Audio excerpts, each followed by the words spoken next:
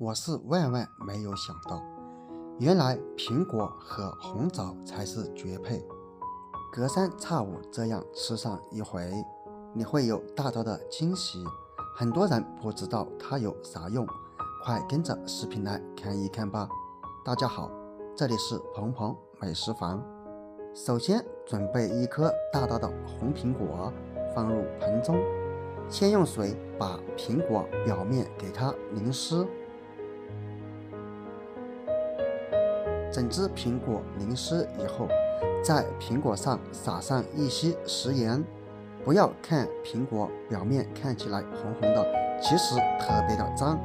而我们撒上食盐，可以用食盐的摩擦颗粒感来清洗苹果，还可以起到一个消毒杀菌的作用，并且还可以有效的去除农药残留。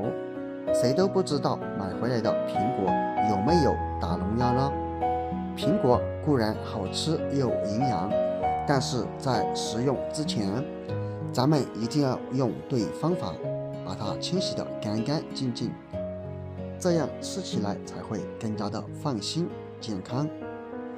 直到将整只苹果用食盐搓洗上一次，放入盆中，把表面的食盐给它洗下去。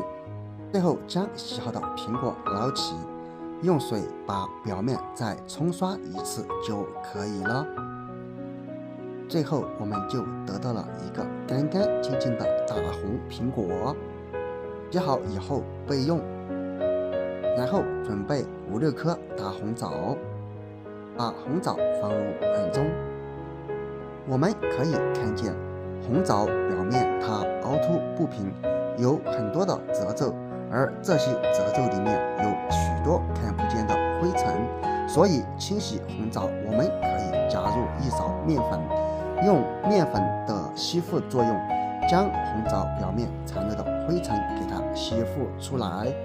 红枣平时有很多人喜欢用它来泡酒、泡水、煲汤等等，但前提是我们要给它清洗干净，直到每一颗红枣都被面粉这样给它包裹住，像这个样子就可以了。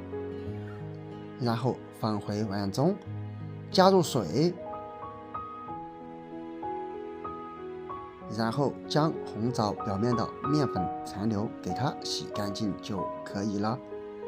清洗过程中可以看见水已经变得特别的脏，里面有许多的灰尘残留。最后将红枣捞出，近距离看一看水是不是特别的脏呢？然后将红枣再次放入碗中，用水把红枣清洗2到3遍就可以了。把清洗干净的红枣捞出，放入碗中进行下一步操作。红枣个头较大，我们需要给它剪开，剪成2到3瓣就可以，这样才可以让红枣当中的营养成分全部释放出来。剪好之后放在一旁备用。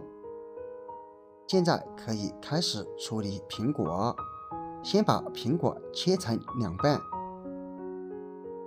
接下来再把苹果给它切成小块。最后我们需要把苹果的核给它剔除掉，因为苹果核口感偏苦，如果不去除会大大的影响口感哦。再把去除核的苹果给它摆放整齐，这样比较省事，一次性就可以将所有的苹果给它切成小块了。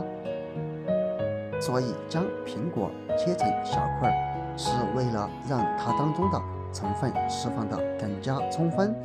切好之后，我们把苹果放入砂锅之中，将洗好的红枣也放入其中，再加入400到500毫升左右的水，这里建议使用纯净水或者山泉水，千万不要使用自来水哦，自来水会大大影响它的口感。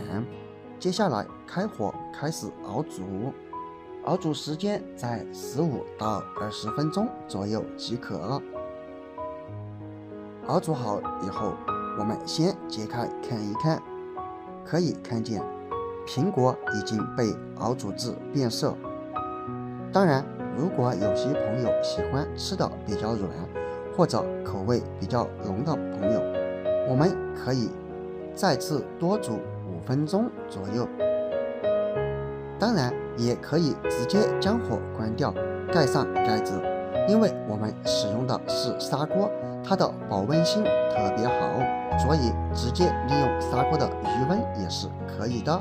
时间到了之后，揭开锅盖，一股浓浓的苹果和红枣香味扑鼻而来。可以看见，经过熬煮，里面的水也已经变色了，说明食材当中的成分已经被煮至水中。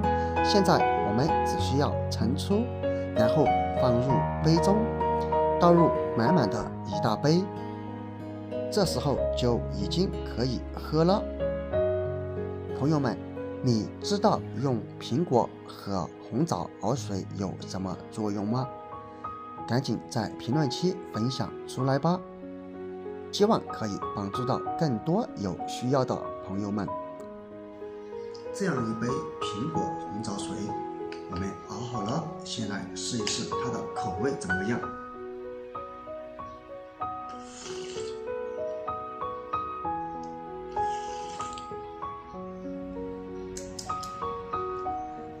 还不错，有苹果的酸甜味，还有红枣的甜味，这味道已经够浓。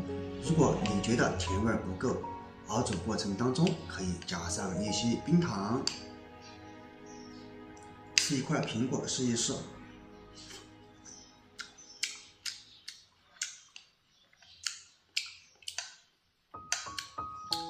煮过的苹果口感有一点微微偏酸，因为它当中的成分都已经被熬煮在水中。